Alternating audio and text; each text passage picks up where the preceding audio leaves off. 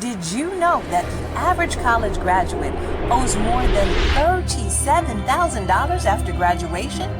And less than 54% of high school graduates heading off to four-year colleges actually graduate within 6 years. Hello, I'm Jamila Freelain, author of Free Money for College and the founder of Encouraging Words College Prep. Now, in my new book, I tackle these issues head on. It is filled with more than 50 tips, resources, programs, and college and career preparation information. My new show on the Wake Up Call Radio and TV Broadcasting Network is an extension of that book. Each week, you will be inspired by a tremendous student or a tremendous community leader, and sometimes both. You'll also learn how to save money on college costs. So, tune in each week to get inspired and learn something new. Thanks for watching the Encouraging Words Show. The Encouraging Words Show is a show that's dedicated to students and parents, and that's for college-bound and career-bound students and parents. So whether you're a college-bound middle schooler, a career-bound high schooler, or maybe the parent of a current college student, this show is for you. Now, today's show is going to feature a person that I'm really, really excited to talk about. And if you haven't seen the show before, let me just kind of give you some insight on what the intent of this show is. First of all, we plan to inspire you, so we want to always have you walk away from the show with a bit of enlightenment and encouragement.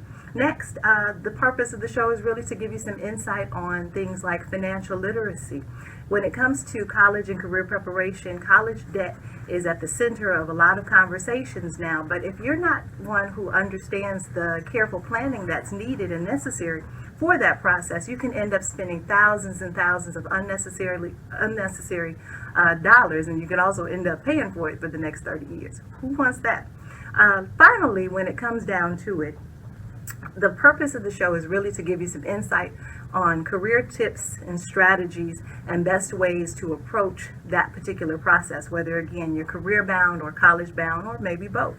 Now, the purpose of the show is really an extension of a book that was created called Free Money for College, and it's filled with tips and strategies to give you an understanding of how you can reduce your college costs and how to best approach that particular path. Now, that being said, one of the paths that you could choose is the field of aviation, and with me I have today somebody that I think the world of. This is a young lady that is brilliant in a lot of different ways. She is the first African-American naval pilot, so very proud of that. She's also an instructor. You're welcome. Yes. In addition to that, she's a motivational speaker and author. I mean, she's a tremendous person. She really is. It's a pleasure to have you today. Thank you very much. I really want to enjoy this very much. Thank you. Great, great. Well, first off, I want to talk a little bit about your book. Success is an Attitude. Boy, is that a mouthful. Yeah, not only that, but Success is an Attitude, Goal Achievement for a Lifetime, Teenage Edition. Which is right, added all in there. And the Teenage Edition. Okay. Yeah. Well, I only made it for the teenagers, okay. And what it actually does is it kind of launches young people from being a teenager into adulthood. And we all say that we have that book, and we all know how that works. Mm-hmm. But the book is also kind of an adult key to the universe. Adults are going to have to read it first, so they can hand it over to the kids. Okay. But it's really for us teenagers, right. But adults are going to see things in here. It's like, you know what? I remember that, right. You know, and nobody explained that to me. Okay. Well, this is all in the book, and that's why I wanted to make sure that I explain it to young people. Everything that they have to go through, just going to school every day and coming home. I mean, just right. simple stuff that we don't think about anymore because right. we got bigger issues to worry about. Right. But we don't explain the details, and that's where they're going to find them right here. And I can believe that. Sometimes as adults, we're so removed from that particular transition of life that we forget about some of the pressures, and if anything, things have stepped up in terms of the pressure that teens face and young adults face. So it's really, really refreshing to know that you've created this book. Now, I know after the military, now did you retire from the military, or? I did, but it was overlapping the airlines. Okay, so I went straight from the middle of the military after 13 years of full-time active duty to American Airlines, flying their aircraft, 3 different airplanes. Okay. So, and then I was also a reservist, a Navy reservist, wow. and then I finally retired from the Navy, and then I finally retired from the airline. Gotcha. And thanks for serving, by the Thank way. you. Yeah. Now, as we dig a little deeper, I know one of the things that I've read in the book is where you talk about how your dad was really drilling into you the importance of college, and how did that transition work out? That 'Cause was it's- funny, yeah. Well, he said every day, you can do anything you want to do, and you're going to college. You know, Okay. anything, college, anything, college. You know? It's like a broken record every day. I guess I'm going to college. Okay. Well, you know, what else would I know? Right. I'm going to college. Okay. You know, I thought everybody went to college. Okay. So when it came to the time when it was time to go to college, my dad is checking on to see what grades what classes I'm taking in school. Right. Asking, are these really college-bound classes? You know, I don't care. I don't know. I'm going to college, right? But I didn't have the credentials necessary to go to college. Right. And so I had to have him come in there and step in and look at what my curriculum was and goes, okay, fix this. Right. So that she With the- has with the the quickness. that she has the materials that she needs in order to be a college student. Right. Well, as the reason I wrote it in my book is maybe we don't all have somebody stepping in and saying, fix this. And to be honest, a lot of times they don't. No. So now I have to leave it up to the teenagers to go, okay, if it's possible for me to go to college, perhaps I should find out what it is I need to know in order to make that happen. Okay. Yeah. And I think that's a great point. And I think, to your credit, I'm sure you recall, once upon a time we actually worked on a summer camp together Yeah, at Johnson that's C. great. Smith, which is one of the local HBCUs here. And one of the programs that we worked on together in doing that was specifically for students that were transitioning out of foster care. And typically when you are transitioning out of foster care and you turn 18, if you haven't made a college plan or something like that, you're kind of on your own.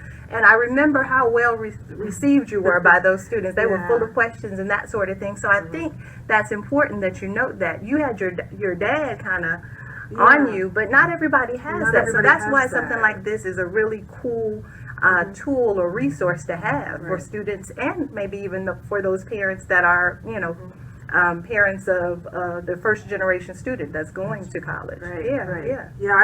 I have a whole chapter in there about education, how important it is. But I have to build the kids up to that portion of it to talk about education, because students and young people think about lifestyle. How am I going to live my life? Whereas adults think about career. What career are you going to do in order to live your life? Well, the students are thinking life. The parents are thinking career. We're not on the same page. Right.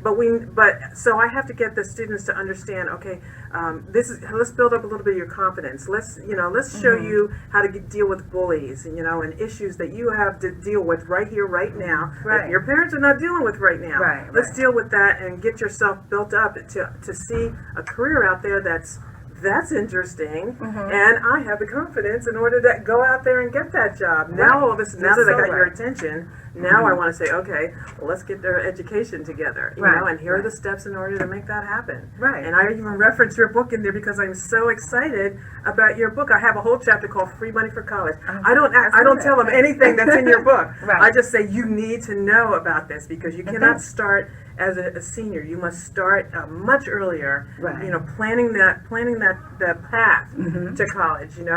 Free money for college. That means you're going to figure out how to do this without ending up with this 30-year.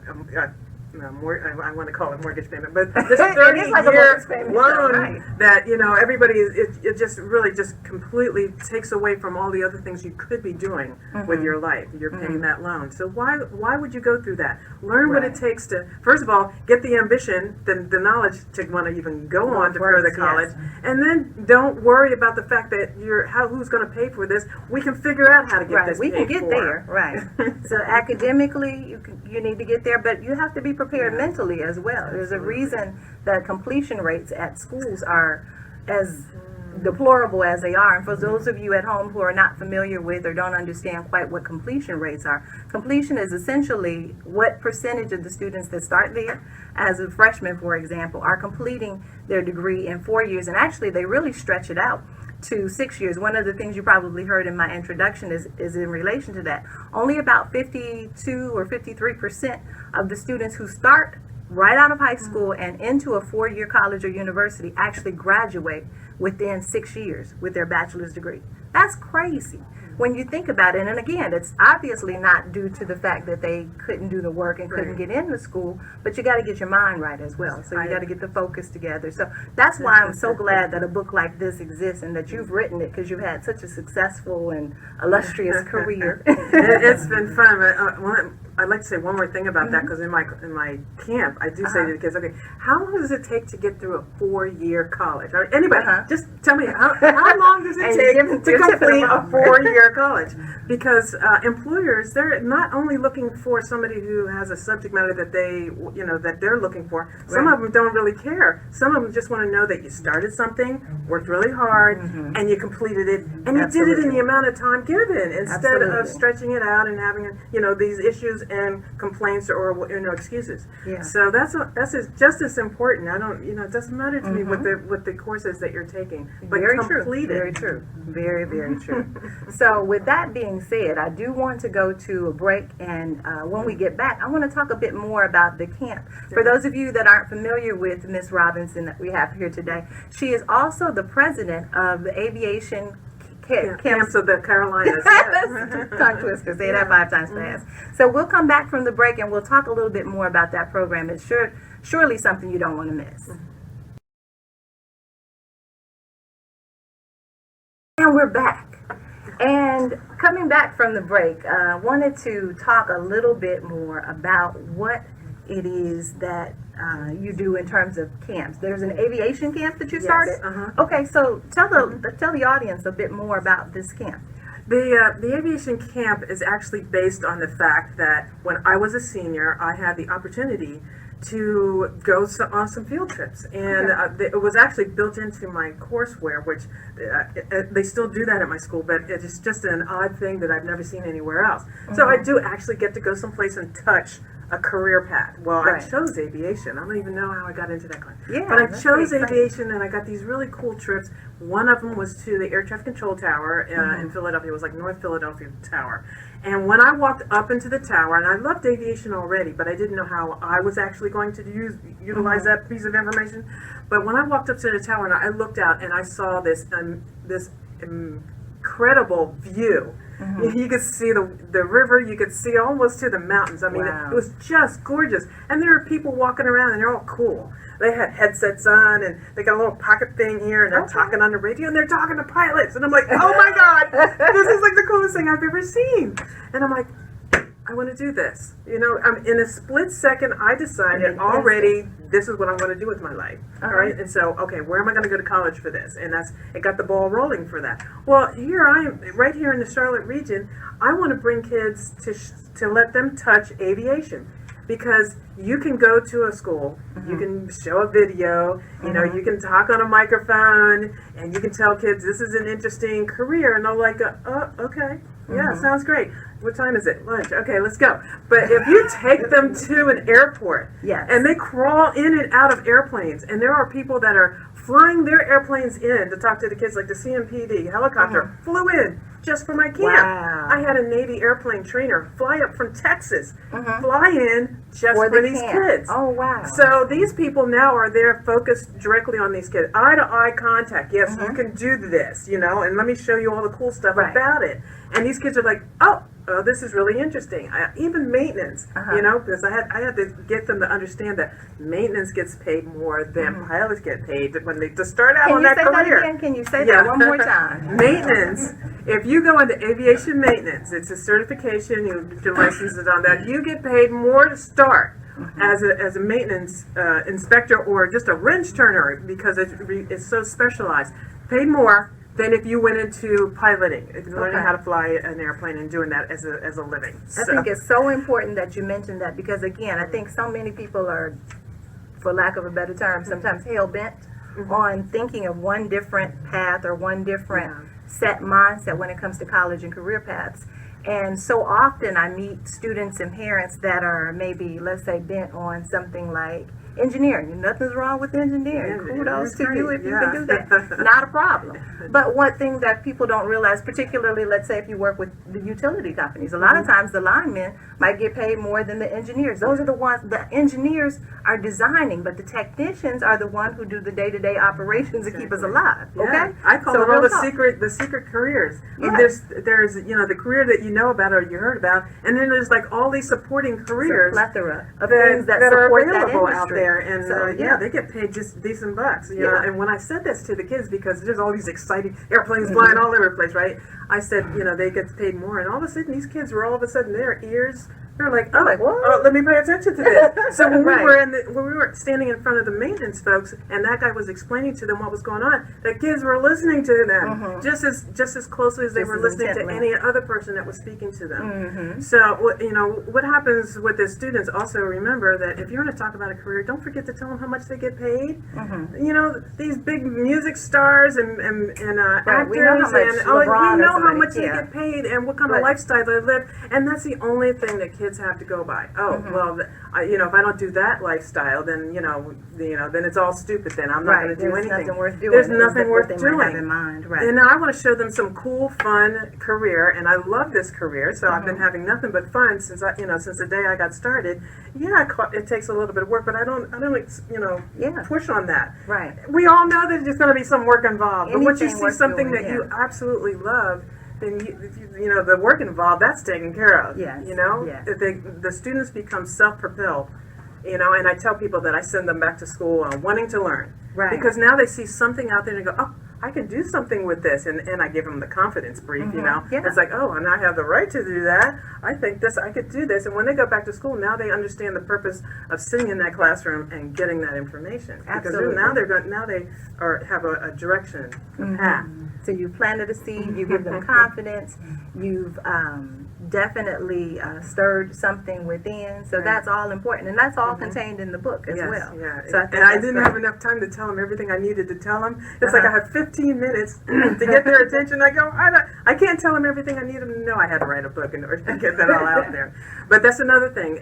Teenagers, they multitask. They hear everything that's going on around them, and you need to talk fast and and get to the point. So my briefings are with the people that I have them talking to them. I go, you don't have to tell them 3 things. I give you 15 minutes to tell them, and then they have time to ask questions and stuff like that once you get the kids' interest. But you can't drone on and on along. So our camps are like back-to-back stuff. I have 8 different presentations or 10 different presentations in an 8-hour day. Wow. And then I have to actually find time to eat. Okay. Now, You this know? was the presentation you just recently gave at your high school, or you're saying No, that was an auditorium. I mean, okay. I had a whole 35 minutes to talk Okay. to them, and Okay. I'd have to talk faster enough to get all the information out there. Yeah. But people don't realize that kids hear everything that's going on, and even if they're on their little devices, they hear everything. So they're multitasking all the time, and I know that I can still get through to them, because I'm giving them good information, but I'm giving it concisely, and I'm saying, and this is the end result. You're gonna Right. love this. That works out really well. Yeah, well, that's so cool. Yeah. And speaking of then those presentations, because you did get a chance to go back to your high school, which is where the spark for aviation started with you. Right. So right. tell me about that experience. That was exciting. I went back to my high school, North Bend High School in Lansdale, Pennsylvania, for the first time since the day I walked out of the graduation door in 1974. I know I was going to have to say that, but Now the kids are counting Yeah. back here. 1. All right. so I sat with the auditorium full of kids, and I go, you are my people. I came from here, so there's nobody in this place that could graduate and not be as successful as I was, if not better. Okay, what I did was a title. Okay, that's great. But there's not a person sitting in that room that couldn't do what I have done. They Right. got the same education right there. They inducted me into the Lifetime Achievement Hall of Fame for North Penn High School. I am on a plaque, on the wall. Yes, Okay. that was a separate ceremony, and that was pretty exciting. Yeah, I would imagine yeah, so. but I was a nobody. I mean, I was nobody in high school. Yeah, I was going to say, what were you like I as was a student? average. I was in the marching band. Okay, you were in band. Yeah, so I love that. I had my friends. You know, that's the only thing that I can think of that was important to me. I did have this career study program, so that took me away a half a day out of the day, and then I finished up school every day with that.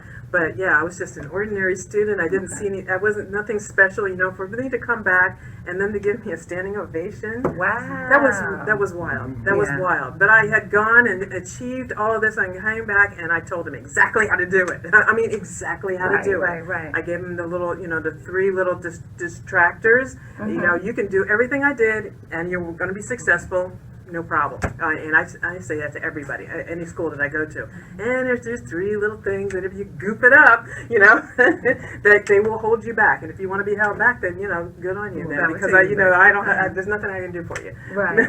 But I so told him. So what was your path overall then? Because I know you mentioned your dad's influence, and you went to did you go to the military then immediately following high school, or what was? No, I once when I went to the controller and I said, okay, where do I go to school because I want to be an air traffic controller. Yeah, where do I sign up? And at the time, you didn't have to be a college student, but now you do have to have some college background. He gave me the name of 2 colleges, Dowling College in Long Island, New York, and Amarillo in Florida.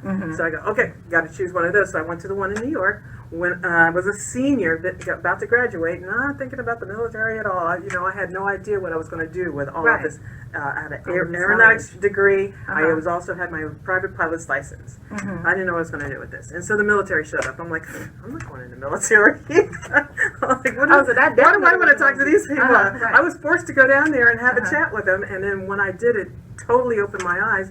The Navy told me, that said, well, you come in, and this was early on for women, so you come in, you get through basic training, you go straight to flight school. Well, I was chosen one of 10 women out of the nation that year. Wow. That's how selective they were on doing this. And I had to have all of the background that I had. And that speaks volumes about you. Plus, you mentioned you weren't this A+++ student. You were just a person who was able to tap into your passion early. Well, what I like to tell people is the aeronautics, you know, geniuses that if they were in my classes, they would leave town on Friday morning and go on home and enjoy their weekend, right? And I would leave my classroom and go to my room and study all day Friday, study all day Saturday, study all day Sunday, and then when Monday comes and we go back into the classroom, they come strolling in, and I come strolling in. You know, I'm just like, you know, I'm a genius too. Hey, and you are clearly. If that's what it took, then that's what I was going to do. But I was going to pass those classes, you know, no matter how difficult they were going to be. Yeah. Well, you were just that passionate and determined, and look how it's paid off in so many different ways, and you've made history. So, well, I saw the final destination. Although I thought it was air traffic control, and I still love it. I think that's great. I just kept getting, you know, picking up different. My license and and things just started to happen, and it kept changing my path. But the path change was always a good one. Right. I can't complain. No, you can't. Yeah, definitely. So it sounds like things have really come full circle. You were able to recently go back to your high school, and now you have this awesome camp. Yes. So with the camp, what are the age ranges for that, and then what is the cost? The age range is just like for the book. So the book is from 9 to 45. 9 years old to 45 years old. Okay. But for the camp, it's 4th grade through 12th grade. 4th grade through 4th through 8th graders go on one day, 9th through 12th graders go on another day. Boy Scouts, I have I'm certified to sign off the aviation merit badge for the Boy Scouts. Right. They are also on the 9th through 12th grade for those. It's a one-day camp. But you gotta have your sneakers on because we are ripping and running, and it's a busy day. Okay. So so I keep them on the move, and when I pour them into the cars with their parents when they're on their way home, they are tired. Yes. And the funny thing is, they talk all the way home. They're so excited. And one parent wrote me back and said, I can't thank you enough because he was really at his wit's end, and he didn't know what he wanted to do, and he just had no ambition whatsoever. Right. She said he talked, and they lived an hour away. He talked all the way home. He was so excited, and was talking about and for a boy on top of that. Yes, yeah. He was really excited. I mean, it just jazzed them up, you know, and they're like, oh, this is really good. And I want to make sure I just kept them rolling, kept them running. Yeah. Wow. So it And was what a is the busy day. cost per student? It's $75 per student. We're always looking Wow. for sponsorships and Okay. support because, you know, some of the families can't afford that, and I've been able to get maybe sponsorship for like a half a student or something like that. Okay. And then somebody else will And come somebody along else and make it sponsor. cheaper for the parent who's Oh trying to yeah, get so they subsidize the cost sometimes Right. if somebody's not able to sponsor the full Exactly. cost. And this is definitely a worthy cause, ladies and gentlemen. So if you've been listening and you've heard about aviation camps of the Carolinas, did I say it right? That's right, All exactly. All right. Okay, so We're a aviation- nonprofit organization. Nonprofit Yeah. organization doing awesome things, really inspiring kids to consider careers, not just even just as a pilot, but the Right. aviation industry as a whole. So whether it's the mechanical side or Right. The engineering side, I tell them a secret. I go, you guys don't have to go into aviation. You know, that's not why we're here. Why we're here is to have fun, absorb this information, and then realize that you could do anything out there you wanted to do. I just happen to be in aviation. So I'm Right. showing you all the cool aviation stuff. But I want to find out what's in the back of your brain as to what you've really been thinking about back there. You can do that too. So I want to make sure that when they walk out the door, they are emboldened with whatever it is that they were really interested in. Right. Great. So if there are any of you that are interested in sponsoring a student, we are going to post Brenda's information for her website on the show. We'll have a slide so that you guys can refer to that information if you're interested in sponsoring a student, or if your business or your company is interested in providing a sponsorship overall and underwriting the program. That's another That would be opportunity. very helpful, yes. Individual donations, individual sponsorships, or of course corporate sponsorships for this awesome nonprofit. And of course, with it being a nonprofit, that's a tax write-off. It is, definitely. And, yeah, that's great. I think it's a great thing. Now, where can we pick up your book as well? So we know about the camp. Where can we pick up your book? Well, it's already on Amazon.com. So if you just look, And hold it up so they can see. yeah, if you just type in successes and attitude anywhere on Amazon.com, you'll probably get one or two choices, and this will be it.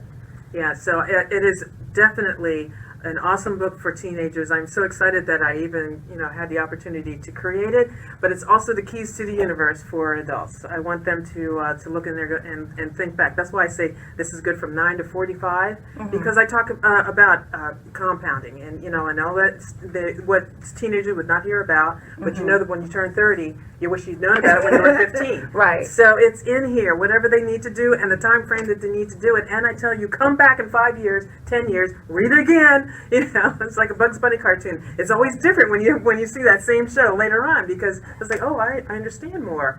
Oh, okay, this makes more sense. So that's what it's for. So yeah, they can Thanks. always circle back. So Yeah. again, your website was what again? Aviationcamps.org. And also, if you want to make a donation, you can do it at careers.aviationcamps.org. Okay. And we want to thank you so much for coming today. Definitely, what we want you to always make sure you stay tuned. Now, the link for each new show comes out every Thursday at 11 a.m. on Facebook. And we now are on Facebook, or we're now on Facebook. We're now on YouTube as well. So you can check out the show. We definitely hope you'll share it. We hope you've enjoyed today's featured guest as well, Brenda Robinson. And definitely, if you're interested in more information about the book Free Money for College, which is this one here, you can visit Amazon.com or ewcollegeprep.net. I forgot the website myself. Now, before we wrap up, I always like to close out with this very powerful poem that I learned as a teen, and it simply goes like this: You are great. You are a unique new kind of person that the world has never seen before and will never see the likes of again. You are great because you've got what it takes to be great. You're enthusiastic. You're enthusiastic and optimistic. You're organized. You're a hard worker. You're happy. You're a child of God. You're a master of yourself. You're a big thinker and you're a leader. And blessed as you are with all these things, there isn't a thing in the world that you can't do. With God as your partner, you will never fail. Thanks for watching the Encouraging Word Show. All right. Just before you leave, ladies.